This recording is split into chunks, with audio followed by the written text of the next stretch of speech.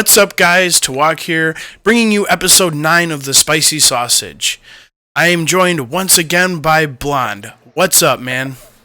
Hello there. How's it going? How's it going, everybody? Welcome to the show. It's going pretty good, And what's new with Blonde?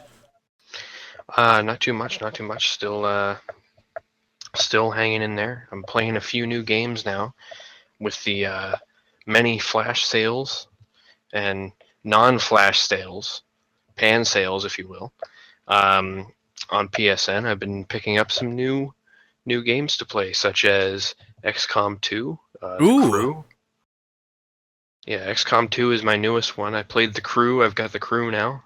Finally have a racing game besides Drive Club on the PS4. And for $5, I picked up Super Star Wars, which was recently remastered for PS4. I've never even heard of that. And by remastered, I mean like slightly upscaled. $5 dues.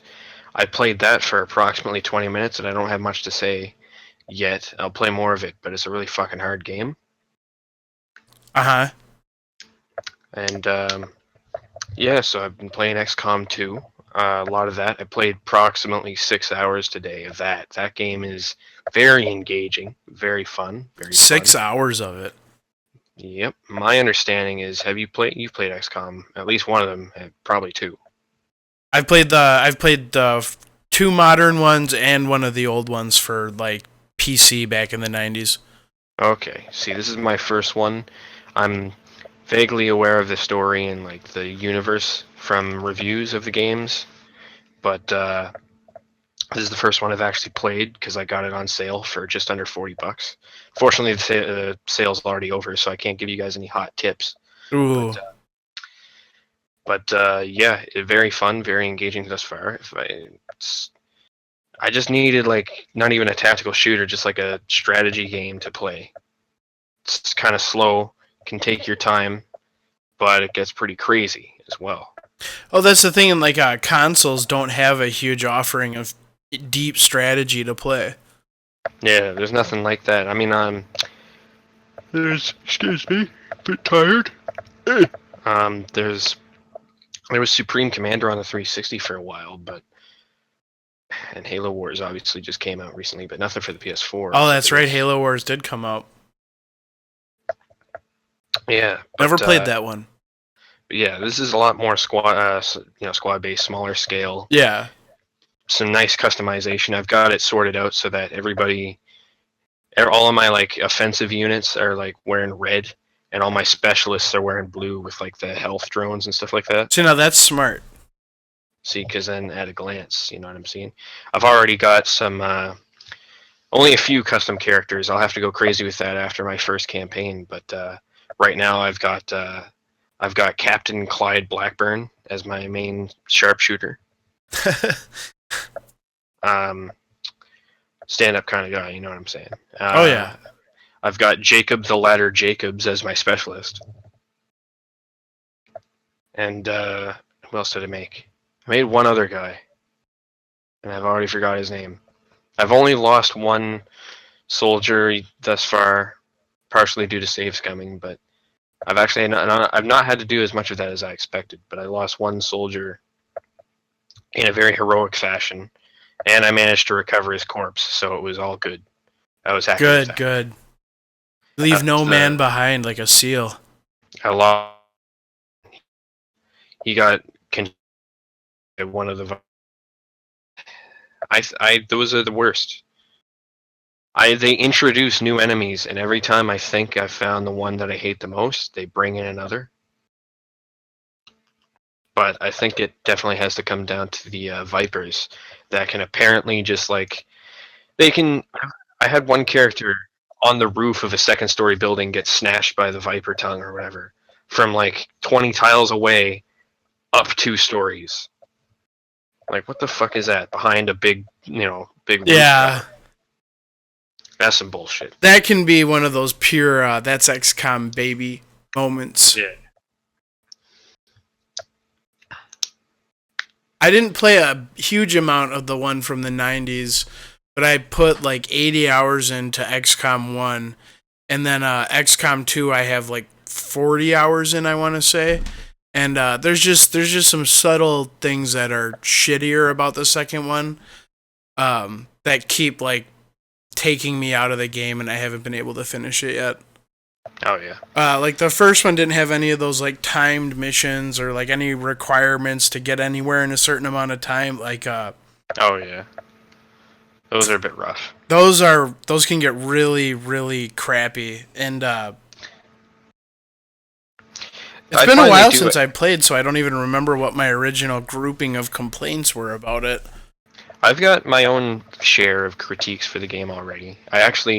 The time missions actually surprisingly aren't one of them, because like I said, I'm not above save scumming. I haven't done it as much as I expected to, but I'm playing on the lowest difficulty, I'll admit, because it's said for people new to XCOM, and that's me, so it's still fairly difficult. It's not like I can just run out there. Yeah. But it's fun, and it's not like too harrowing. The reason I got XCOM 2 is because I watched the Super Best Friends play it, and they were playing on like the max difficulty on Iron Man mode. Oh God. It was hilarious. I think he successfully completed one mission, and all of the rest of them were titanic failures.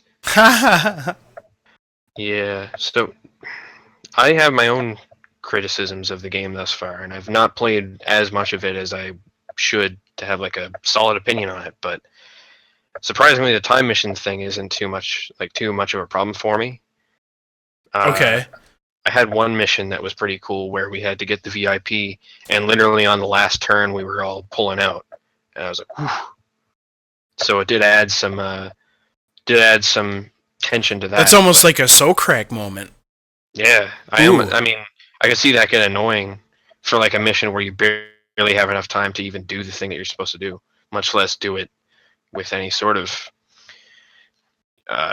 caution. But I'm probably going to run into that later. But my main complaints are the game doesn't run very well. It's got a lot of like hiccuping, load times are long, the frame rates drop a lot, and stuff like that. And you're playing on PS4? Yeah, I'm playing on PS4, which the update history, when I looked into it, basically every update just said bug fixes, and I don't know if there's any like optimization or anything like that going on. It's weird, but runs kind of ragged. Like I said, load times take a really long time, and my main complaint thus far has been the game can't calm the fuck down and let me pick up a supply drop without fucking. You need to go to another mission. You need to do this right the fuck now. Yeah, it blows you up with all the alerts and shit. The aliens will kill everybody if you don't stop what you're doing. And then I'm like, okay. And I go do the mission, and I come back, and I get like 2.5 days of progress on the crate, and then and I gotta go do something else. This is like Firefighter Simulator. And I'm sick of it already. I hit like one little low spot where like the game's actually letting me grab stuff, but other than that, yeah, I haven't played XCOM 2 in easily 6 months to a year. Like it's been since last summer, I want to say. I remember like the first one just had it had something special. It just did something just right.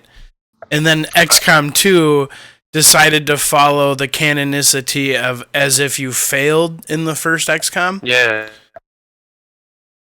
Which is really strange. I think I remember hearing their reasoning was that most people fucked it up when they played it, so they're just like, you know what, that's what happened. Well, and that's the thing. If you think about like what video game do you not usually fuck up a few times on your way to the end? But I mean, it was unique. It was nice to see. It's nice to see, and it also gives you like you get the experience of being like the Earth resistance, like while there are still governments and stuff like that, and then you get the guerrilla rebellion thing with this game. Yeah, it's pretty cool, and honestly I should go back to it. I mean, it's not a terrible strategy game by any means. No. I heard that the first one didn't have like concealment at the start, but I could be wrong. They didn't have concealment at the start. That's correct. Like the way that you stealth at the beginning of a XCOM 2 mission. Yeah. Like, But it was the, and I think XCOM 2 kind of does this, but in XCOM 1, the minute you were spotted by an enemy or you spotted an enemy, you basically engaged and like gave the enemy a free fucking turn right there. okay. Every once when we're engaged, it still does that. Like I'll go up like a street and run into 3 bad guys, and they all go like, and then they sprint around. Yeah. But it's weird that it doesn't have the like ambush thing. That's what I'm all about. I still haven't stealthed through a mission or anything where you can like sneak through and grab whatever you're trying to grab and then get out. But Oh yeah, that would be pretty epic. I don't know if I ever pulled that off.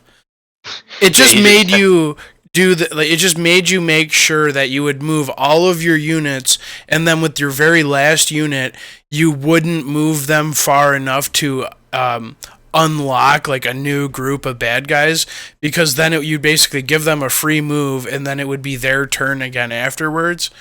yeah. And then sometimes you would run into a group and aggro them, and they would, their free move, they would run away and trigger another pack. And I had it one time where it triggered 4 different packs, and I had to fight like 12 guys on one map. Jesus. And that was pretty brutal. But I also felt like a massive badass when I pulled it off. Oh yeah. What was the squad size in that one? You started with 4 and ended with 6. Okay, same here, I guess. Yep. So. Although I did do a mission where like the ship that you command gets knocked down by like an EMP, Yep. and I had to fight off a bunch of aliens, and I had like 9 guys on the floor, Yep. and it was awesome. Only one of them took like any damage. It was just stalwart defense. We're just shrugging off like these mechanized things, and like both of my snipers were on point. They were just fucking lighting everything up. And that just sounds like one of the best moments that you... Is that the mission where you had turrets, too? No turrets or anything like that. This was like a defense mission where you had to... The Avenger gets knocked down, you had to go take... Yeah, I'm pretty sure if you build it... I can't remember where it is in the options, but you can build turrets for those missions. Okay. So when you hit the ground, you have like 4 completely overpowered turrets that kick anything's ass. Nice. Yeah, that's that's good because crucial. one of the objectives was like they can't get to the ramp. I mean, they didn't get anywhere close, but if they had, then that would have been pretty good. But that's all I have to say about it thus far. Like I said, I've got a few complaints, but they're all minor thus far, and it's been pretty good. Pretty good. Yeah. I'm eager to get more of the game in. It's a breath of fresh air from shooters and racers, and that's it. Yeah, no kidding. That's kind of how I've been too. I want to take a break from shooters mainly. I might have to make the switch at some point because, well, actually, it was kind of funny. This one guy I watch on YouTube, he made a video making fun of the PC Master Race kind of group of people, and that video ended up getting taken down for some reason, and he went to a different YouTube channel where all he does is just make fun of those people. Just making fun of PCMR guys? Yeah, making fun of the PC Mastercocks. Yeah. Well, the funny thing is that community is supposed to be, what's the word for it? Like self-deprecating or like we're almost like larger than life in that we don't actually mean it. Like most of us say it as like a tongue-in-cheek joke, but there are some people that are like PC's better than everything. Yeah. And those people are definitely worthy of ridicule. Yeah, it is a little weird. You know, when my PC just hard locked a little while ago, it was hard to not think for a moment, like, I don't have another $1,000 machine in this house to play all these fucking games I have. Yeah. And, yeah, that's... So yeah, what have you been playing? Sorry about that. I went a little off the rails there, but... Yeah, it is what it is. I've only been playing, I played some Stardew Valley. I don't know why I can't give it up. I'm at 248 hours with no sign of slowing down. Just keep farming and keep fishing. You know, it is what it is. That was me on Minecraft. Even though there were more interesting things to do in that game, I've got like a stack of like 5 stacks of bread that I'm never gonna eat. So yeah, I've been playing a little Stardew, and then I've been playing a game called just came out today on PC. It's called The Surge, and I think this is gonna be the sleeper hit this year. Yeah. Surge. Now, what is that? I played it nonstop, like since I got home until we got in here. It's basically Dark Souls in space. I don't think it's in space. I think it's on Earth, but it's all sci-fi and like super far in the future. And it's one of those sci-fi things where everybody uses melee weapons for some reason instead of like laser guns. Okay. And yeah, like cool. It's literally Dark Souls sci-fi where every enemy is a challenge. Your goal is not clearly defined. You just kind of have to wander around and explore and like find what you need to move forward. The first boss I ran into took me at least a dozen tries. Interesting. But unlike Dark Souls, they have the ability to save your scrap, which is like your currency to upgrade your weapons and to craft more gear. Yeah. And you craft like your left leg, your right leg, your left arm, your right arm, your chest, and your head as like this part of this big mech suit that you wear. Nice. Okay. And then you get to craft your weapon, you get to upgrade all this stuff. And it's just so cohesive. It works so well together. I can't believe how fun it is. Yeah, you said it's new, and it's like so new that the Wikipedia article still says The Surge is an upcoming science fiction. It's up and coming. Oh, and that's why I'm so excited to talk about it, because I normally don't jump into like brand new titles, but I had a bunch of money saved up in my Steam wallet from refunding a bunch of games and never buying anything. Oh, yeah. And I just peeped the top seller list today, and I saw this game, and I'm like, what is this? And everyone's like, this is Dark Souls sci-fi. It's great. And then I watch some streams, and I'm like, holy shit, this looks amazing. And Dark Space. The first 3.5 hours feels like the original Dark Souls, but I'm not so frustrated I want to quit. So I feel like they've struck a really good balance between like that super frustration, but also rewarding you enough to keep you moving forward. It might still be like that for me though, because I've still got to get into the Souls games, and you've already played them. A lot of people have already played them, so they're kind of acclimatized to this kind of game. Maybe it is as difficult. It's just not as difficult for you. Yeah, and like it's a different perspective to go back on gaming. It's like Dark Souls and Souls-like games. They have a different level of challenge that make you feel like a kid again. In that, like playing like Legend of Zelda: Link to the Past, there wasn't really a there was a clearly defined goal that you needed to save Zelda, but like they didn't really ever like fucking force you down a path. Like you just wandered and you just found your way. Yeah, it wasn't from. And then you learned how to choreograph the enemies and like respond to their attacks. And like if you're patient and you're willing to learn each enemy and like know how to deal with them, you'll always progress in like Souls games. But if you ever like just try to like bumblefuck your way through it, it's gonna be the worst experience you've ever had. Yeah. I'm waiting to hit that wall. I feel like I'm kind of there after I beat the first boss. I got this little drone that's like a special ability you can use occasionally. I feel like the difficulty just ramped up like 100%. And I already thought the game was pretty difficult. But yeah, now that I'm in this new area, it's like holy fucking shit all of a sudden. Yeah, I might have to check it out. How much was it? It was $45 in like their early, pre-purchase, whatever. I want to defend my pre-purchase, my quote-unquote pre-purchase. I bought it 2 hours before it was live, right? Yeah. PS4s apparently had the game already for a little while. I don't know if it's like a day or whatever.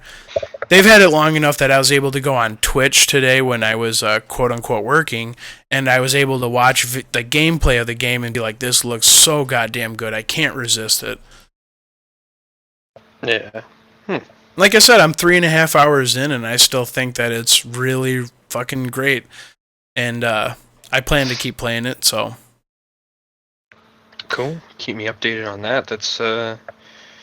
That might be my jump in because like I said, I still need to get into those kind of games. Obviously the Souls games, and also. I think I've mentioned to you before that it took me 3 attempts before I ever got into my first Souls game. Like I tried Dark Souls 1, I bought it on sale for like $5 or whatever.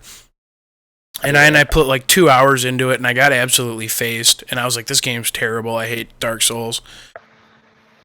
And then I played it again, same story, where I put like 2 hours into it. I got completely fucking destroyed, and I was like, this is the worst game ever. Why do people like these? And then I finally looked up a YouTube video for how to be overpowered early in Dark Souls.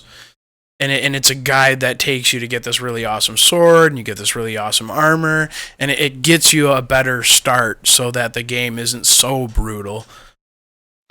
Yeah.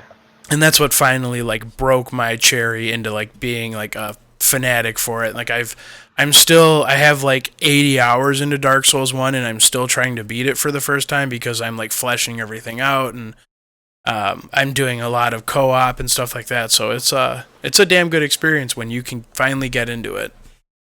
Yeah.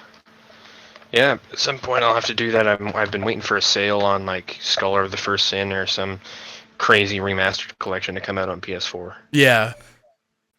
Okay, so we definitely have to talk about the DLC that was announced. Oh yeah, they showed the details for Fallen Ghost today. And similar to Narco Road, you have to they're gonna make you start a new character. You don't get to use your old character again. Which I mean, like that's enough to me to make me be like, why do I care then? I don't care. I already am. I'm tapped out. I mean, I was interested in the premise back when they were teasing it during launch. Yeah. And I was really interested in it if I could just load up my current character that I've already put all this work into, and I'm attached to him, and I've, played Barbie doll with him and shit like that. But they said that it's the post-story content for Wildlands where Santa Blanca has left a power vacuum, and these new foreign nationalists are moving in to expunge the Americans from Bolivia, and supposed to take over where the Santa Blanca has left a vacuum. Okay. And they're introducing like a new level of forces where they have like special classes. All right. So it's not, horrible. It's just you don't get to use your main character. For some people, that's a big deal that they don't get to use the person they've cultivated and that they've grown accustomed to. I was wondering because they kept giving me like they gave me an XP booster for something. I can't remember what. Or no, there was a deluxe edition or something like that where it was like, buy this and get an XP booster. Okay. And I was like, why would I need that? I'm already like progressing a level just fine. And then I realized both the DLCs make you do the levels over, so maybe that's why. Well, they actually make you use a character aside from your main character. Yeah. And like in Narco Road, there's not even enough content to progress you like 5 to 10 levels. And in Fallen Ghosts, apparently the character you use is going to be going from levels 30 to 35. Okay. With 9 new unlockable skills, 6 new weapons, including a crossbow. Okay. So we got Far Cry. That's all cool stuff. Put the crossbow in the main game at least. Yeah. I've heard definitely agree with that. New unique weapons and stuff like that in the Narco Road DLC that weren't in the main game, and I'm like, just put them in there. That's just free extra like points for the game. It seems like a no-brainer, and like this has to be rare. Like can't think of another game where their DLC was this segregated from the main experience. There was stuff like this in Far Cry 4, but there was the battle or escape from Durgash prison, which is pretty much exactly what I expected Fallen Ghost to be, which was you play as the same guy, but it's like a segregated instance. You don't have the same skills. The game doesn't even progress the same way. Like you. Oh, and now that you mention it, I think the first reboot of Deus Ex was like that. What was it called? Not Mankind Divided, but the first one, Human Revolution. Yeah. Yeah, they had a DLC where you were still Adam, but you had been stripped of all your powers and such, and you had to go through some side shit. Yeah. That's another DLC I did not buy, despite how much I loved Human Revolution. Because you wanted to play as the character that you play Human Revolution with. And in saying it back, when you're like, oh, you're just attached to the character you built, I'm like, oh, that seems ridiculous. But god damn it, I am. Yeah, you spend hours, and I did spend hours collecting weapons and collecting skill points and stuff like that for my Wildlands character, who, despite his weird mannerisms and his odd vocabulary when it comes to being vulgar, and despite all that stuff, I still like it. I still like that. And yeah, I don't want to start again. You know what I mean? I've heard that Narco Road is not Nomad. I don't even know who it is. I've not heard any of the voice clips or anything. Yeah, so I mean, if you're not Nomad, who the fuck are you, and why do we care? Not to mention, Narco Road puts you in alone, like you don't have a squad. Really? Yeah. I don't know if you can play it in co-op, but you don't have an AI squad, which on one hand is fine because they're generally useless anyways, but on the other hand, that was like the main selling point of the fucking game, and it's not part of the DLC. Or that well, DLC I mean, like, that's ignoring how like non-cohesive the idea of Narco Road is for the game it's being put into. Yeah. That's like GTA DLC, and they're putting it in Ghost Recon. Like that reminds me of when Saints Row, one of their games, when GTA 5 was coming out, they had a DLC called Gat 5 starring Johnny Gat or something like that. Uh-huh. And like that was pretty funny to me because it was like a segregated thing, but at least Saints Row, like the theme of the game that fits. But this game is like this relatively serious thing about like cartels and corruption and like CIA people DEA agents getting tortured and killed and stuff like that. And then suddenly, vroom vroom, we're all driving raid trucks. Yeah, that's dressing like assholes. They're doing a really good job of giving me no reason to buy these DLCs. Yeah, I don't have to. I'm really glad I didn't go for the season pass. I'm done. That's terrible for Ubisoft from their business perspective. So many people came into Wildlands against the season pass because of how the Division was handled, and so many people were fucking proven right, man.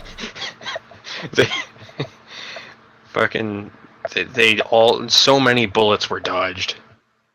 Because of the Division, and then they gave us no reason to regret our decision to be like, fuck the season pass. Yeah. Oh, you say fuck the season pass? Wait till you see how shitty it is. Not to mention the next weird project they have like this, like the Division, or the next weird open world Ghost Recon they make, or whatever's next, open world Splinter Cell. Calling it right now. You heard it here first. You heard it here on the Spicy Sausage. The next game that they do that, nobody's gonna buy the season pass. That's gonna be the one that they do right. That's gonna be the game with the crazy DLC, like Blood and Wine level DLC quality. That's gonna be the one they do right, and nobody's gonna buy it because of Wildlands and the Division. Yeah, fool me twice. Nuh-uh, you didn't even fool me the second time. Sorry. Try to fool me 3 times when you've only successfully fooled me once. So I guess Wildlands is officially giving me no reason to ever go back to it, despite I didn't even beat it. I did beat it, and I'll let you know if you're gonna try and beat it to shoot for the ending. Don't bother. Look, watch them on YouTube, or don't. Don't bother. The only thing I've had spoiled for me as far as the ending goes is that it's disappointing. Yep. Yeah. And I know that I don't want to make a habit of spoiling anything on this show. I just know that some high-profile targets just kind of get away with it, and your actions were meaningless no matter what you do. Well, yeah, there is some element of that. Like, there's two endings, and I'm not going to detail what happens in either of them, but in both endings, like, they're both disappointing. The way the game's structured, you beat the game, and if you take out every cartel guy that you possibly can, you get the good ending. But even if you do that before you ever do the ending mission, you still have to do the ending mission twice. I was going to say, I've seen that error message that floats around on like Reddit and stuff, where it's like, good job, Ghost, but you must complete 100% to see the second ending. You've at 100%. You've only destabilized 100% of the cartel. That's what it is. But yeah, like you finish the mission, and then it's just like it gives you that message, and then like 2 seconds later, it gives you the message that says, "Oh, you can go do the mission again." And I did both times, and the second ending is even more disappointing than the first one. Awesome. I was astounded. They managed to beat themselves. Like they upstaged themselves. And I guess I would say that's the beauty of me with those kind of like open world games, and especially with like with Ghost Recon, the story was so bland that like the ending couldn't have outdone itself. Yeah. In that it's like, okay, it's a bland game, it's going to have a bland ending, and I'm guessing from what I've heard about the ending, they must be playing off of that whole thing where it's like, oh, the bad guys always win anyway, dumbass. Yeah, fuck you for playing the game. This is edgy and dark. But it's not even edgy. It's not edgy. We get like edgy stuff where the CIA agent that you're working with is doing some like edgy shit, and your character's like, oh, you're skirting a line there, but nothing ever comes of it. And the most interesting thing about that game's story or the dialogue or whatever was like one random time, I can't even remember when it happened, one character mentioned Ossetia, and I was like, holy shit, are they talking about Ghost Recon 1? And I was like, oh, I want to go play that instead. That's not what you want to do. The game, like, a callback should be, hey, remember that? That's pretty cool. Let's continue playing this. It shouldn't be, holy shit, I should play that game instead of this boring shit. Yeah, no kidding. Could you imagine if we had, like, Metal Gear quality story with Ghost Recon gameplay? I could imagine that. I don't know. Obviously, there's a lot of parallels you can draw between Wildlands and the Phantom Pain, and there's certain stuff I would grab from Wildlands. Like I would grab the larger variety of vehicles, and I would grab the co-op gameplay, and I would grab the more stuff to do in free roam that's not just like go here and kill these guys or capture them if you like. Yeah.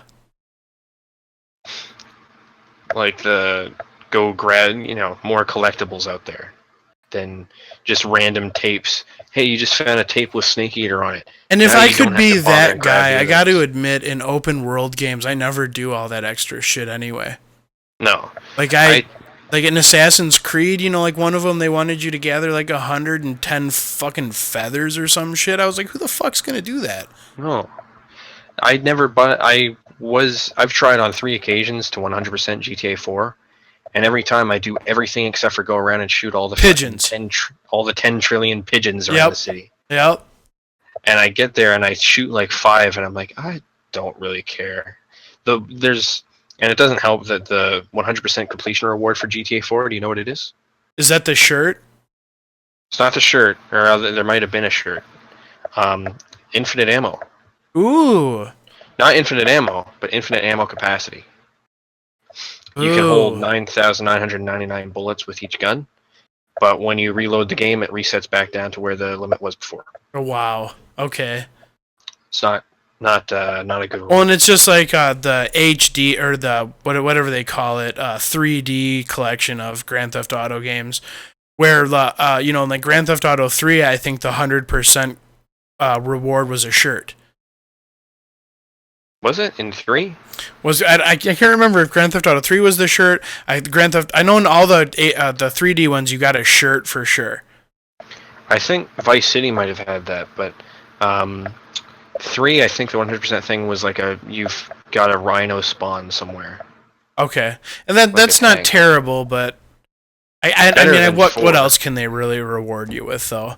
Yeah. The journey is the destination. And But I tried to do 100% on almost all of the 3D Grand Theft Autos, and I would always get to that kind of a point where it's like, okay, I got to go swim for 100 fucking oysters, or I got to go find and 110 horseshoes. packages. Yeah, that stuff. Got a little. At least the oysters, not the oysters, the horseshoes. They increased your luck stat in San Andreas, which I think helped for gambling, and it also that stat directly correlates to how often random planes will crash on you. So if you have a higher luck, do you get more random planes to crash on you? No, you get less. Ah, I never remember that being a problem. I've seen it's very infrequent, but I've seen it in speedruns, especially around Mad Dog's Mansion with that weird driveway thing, that little Yeah. slalom course. I've seen like 5 people there all get nailed by a plane while they're on a bicycle and getting killed in the middle of a speedrun. It's pretty funny, but I should it's never definitely happened. watch some San Andreas speedruns. I love the speedruns, man. I watch some San Andreas guys. I used to watch a guy who played GTA 3, but now he's moved on to Age of Empires 2. And I also very frequently watch GoldenEye speedrunners. Really? Yeah, I never played the game, but the GoldenEye speedrunning stuff is pretty cool. There's actually one dude. I can't remember if I mentioned this on the podcast before, or if I was just talking with somebody about it. But I watch this guy's videos on YouTube about the history of the speedrunning community for GoldenEye, and like they don't play they don't have world records based on just how long you can play the whole game or how fast rather. I think they do, but they mainly record their fastest time for each individual level Yep. and each individual difficulty. So this guy will have a world record on fucking facility on agent and stuff like that. And they've got a nice website with the whole ranking page and the history of the rankings dating back to 1998. No shit. So you can look back and see who had the world record in '98. And this guy does videos now. He's covered a couple levels where he just goes from the start. He's like, oh, okay, this guy, we're gonna watch his footage from 2001 and see how he did it. And you get to see how the strategy evolves. And he also talks about stuff like funny incidents in the community and stuff like that. Like my favorite story that I heard from that was about a dude who was speedrunning on Frigate, which is a lot of people's favorite levels, mine included, just from playing on emulators and stuff like that. Yeah. This dude came back from a rave, blitzed out on ecstasy, and played GoldenEye for 30 minutes and got the world record on Frigate. And he uploaded the video with this weird EDM music. It's fucking great. But I'll link it to you on the Discord. No kidding. And that sounds awesome. We should totally put it up on the description. It's good stuff. It's called Speed Lore by our White Goose, and I'll put that on the thing there. I'm a bit into speedrunning myself, but the only communities that I get into are the Tomb Raider communities. Oh yeah. Geez, I feel like we've talked about this before, but yeah, I follow a couple different dudes. My favorite guy's name is Action Turn Up. And he has the world record for, I think, Tomb Raider 2 glitchless. Definitely has the world record for Tomb Raider 3 glitchless. And I know he's on the boards for glitched runs.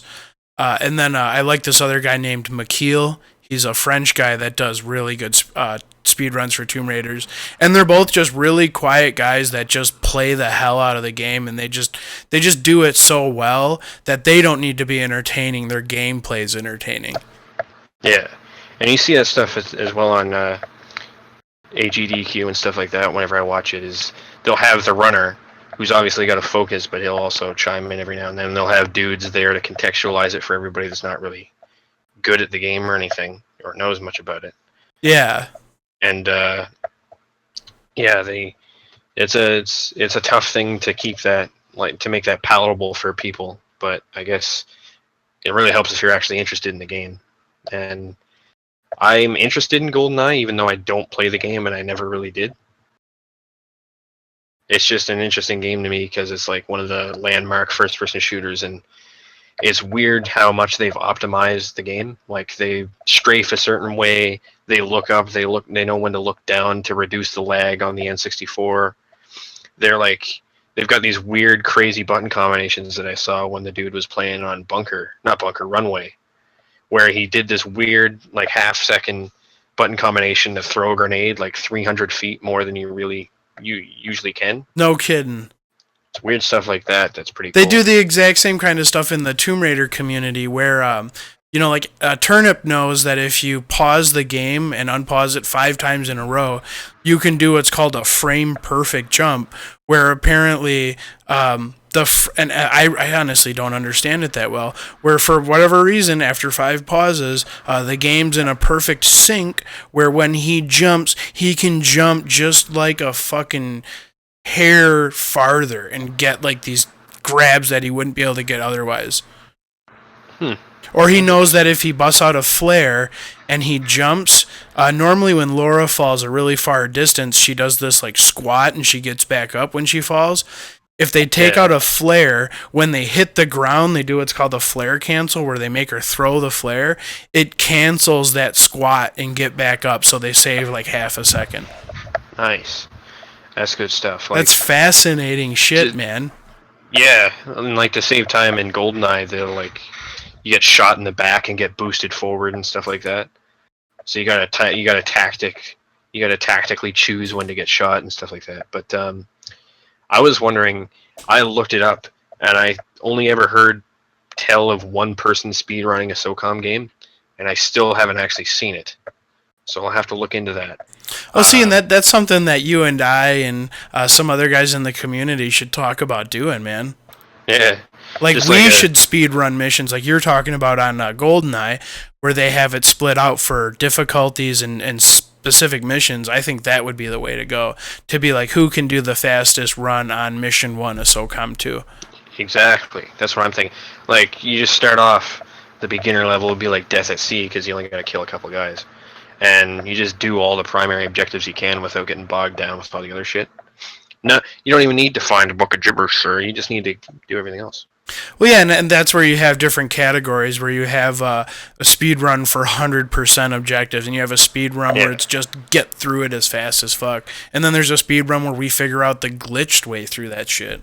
Yeah, just have like a 6 speed run montage of people furiously wall sliding across the rig with initial D music playing. By the way, I don't want to continue to nerd out on you, but I've been watching a lot of Initial D. Have you ever seen that? I have not seen that. Alright, I won't get too much into it because I don't want to alienate all the people who think anime is for cocks. But it's pretty good. A lot of, like I said, I was in a racing phase for a while. I was playing Gran Turismo 3, and then I picked up on that. Then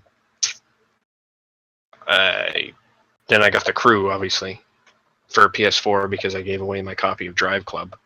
And I was on a racing kick for a while. Now I've switched over to XCOM for the time being. But yeah, I was doing that, so I ended up watching Initial D, which is something I've been putting off for a while. It's pretty good.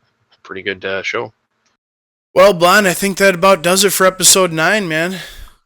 I'm in agreement. It is almost 2:30 where I am, and I'm pretty beat. But it's been a good one, and looking forward to the next one. Let's wrap this up. Yeah. Well, that was fun to talk about the failure that is Ghost Recon DLC. Little peek of the surge. Hopefully you look that up, man. Maybe pick it up for PS4 and we can compare our mechanized outfits. Yeah. Check out my guy's blue. He's a blue one. Mine's a yellow. What the fuck? Alright, I'm going to end on that super productive note, guys. If you all guys are enjoying this podcast, definitely leave a like on YouTube. That puts a lot of wind in our sails. Leave a review on iTunes. That's a big deal to us. We definitely appreciate that. And tell a friend. Like, that's the best thing that anybody can do for any of your friends that are web entertainers. Tell a friend.